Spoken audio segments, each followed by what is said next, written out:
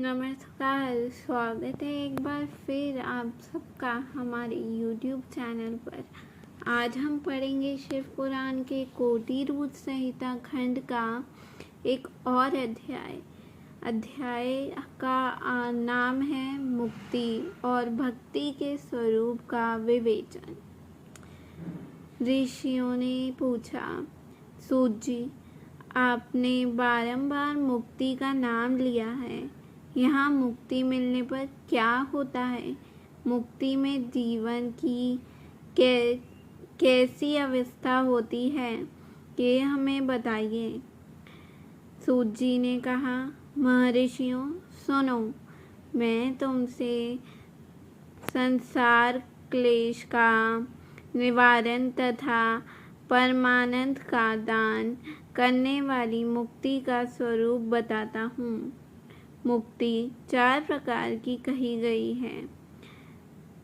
सारूप्या, सालोक्या, सान्निध्या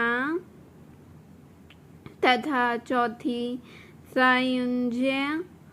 इस शिवरात्रि व्रत से सब प्रकार की मुक्ति सुलभ हो जाती है।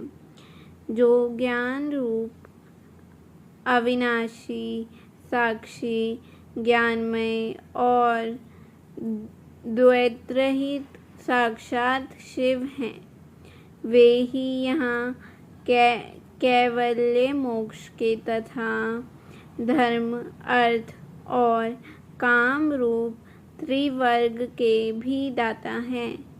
कैवल्य नामक जो 5वीं मुक्ति है, वह मनुष्यों के लिए अन्यथा दुर्लभ है, अत्यंत दुर्लभ है। मुनिवरों, मैं उसका लक्षण बताता हूँ, सुनो। जिनसे ये समस्त जगत उत्पन्न होता है, जिनके द्वारा इसका पालन होता है तथा अंतोज्ञाव्या ये जिनमें लीन होता है, वे ही शिव हैं, जिससे यह संपूर्ण जगत व्याप्त है, वही शिव का रूप है। मुनीश्वरों, वेदों में शिव के 2 रूप बताए गए हैं, सकल और निष्कल। शिव तत्व सत्य, ज्ञान, अनंत एवं सच्चिदानंद नाम से प्रसिद्ध हैं। निर्गुण, उपाधि रहित, अविनाशी, शुद्ध एवं निरंजन, निर्मल हैं। वह ना लाल है, ना पीला, ना सफ़ेद है, ना नीला, ना छोटा है, ना बड़ा, और ना मोटा है, ना महीन। जहाँ से मन सहित वाणी उसे ना पाकर लौट जाती है, वह परब्रह्मा परमात्मा ही शिव है, शिव कहलाता है। जैसे आकाश सर्वत्र व्यापक है, उसी प्रकार यह शिव तत्व भी सर्वव्यापी है। ये माया से परे, संपूर्ण द्वंद्वों से रहित तथा महत्व सरता शून्य परमात्मा है। यहाँ शिव ज्ञान का उदय होने से निश्चय ही उसकी प्राप्ति होती है, अथवा द्विजों सूक्ष्म बुद्धि के द्वारा शिव का ही भजन ध्यान करने से सत्य पुरुषों को शिव पद की प्राप्ति होती है। संसार में ज्ञान की प्राप्ति अत्यंत कठिन है, परंतु भगवान का भजन अत्यंत सुकर माना गया है। इसलिए ये संत शिरोमणि पुरुष मुक्ति के लिए भी शिव का भजन ही करते हैं। ज्ञान स्वरूप मोक्षदाता परमात्मा शिव भजन के ही अधीन है। भक्ति से ही बहुत से पुरुष सिद्धि लाभ करके प्रसन्नता पूर्वक परम मोक्ष पा गए हैं। भगवान शंभु की भक्ति ज्ञान की जननी मानी जाती है, जो सदा भोग और मोक्ष देने वाली है। वह साधु महापुरुषों के कृपा प्रसाद से सुलभ होती है। उत्तम प्रेम का अंकुर ही उसका लक्षण है। द्विजों, वह भक्ति भी सगुण और निर्गुण के भेद से दो प्रकार की जाननी चाहिए। फिर वैधि और स्वाभाविकी, ये दो भेद और होते हैं। इनमें वैधि की अपेक्षा स्वाभाविकी श्रेष्ठ मानी गई है।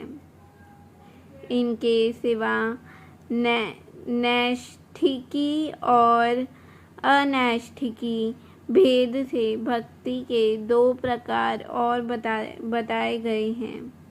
नैष्ठिकी भक्ति 6 प्रकार की जाननी चाहिए और अनैष्ठिकी एक ही प्रकार की।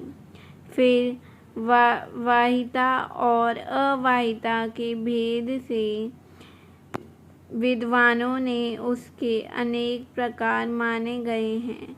उनके बहुत से भेद होने के कारण यहाँ विस्तृत वर्णन नहीं किया जा सकता है।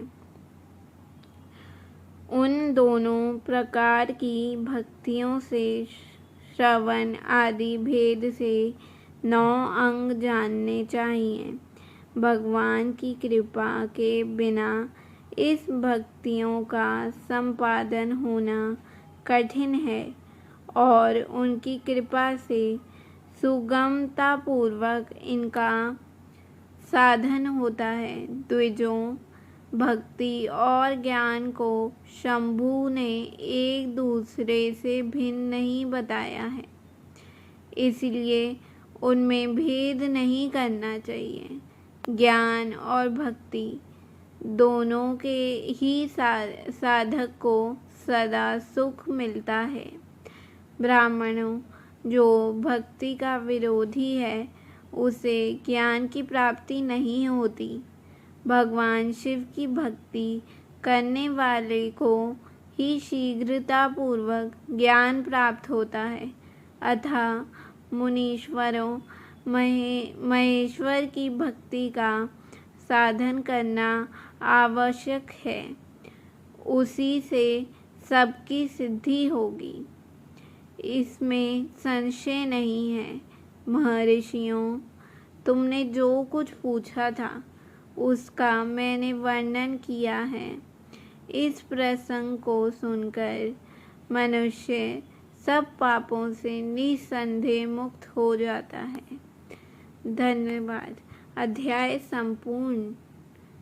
तो मिलते हैं अगले अध्याय में, जिसका नाम है, जिसका शीर्षक है शिव, विष्णु, रुद्र और ब्रह्मा के स्वरूप का विवेचन। धन्यवाद।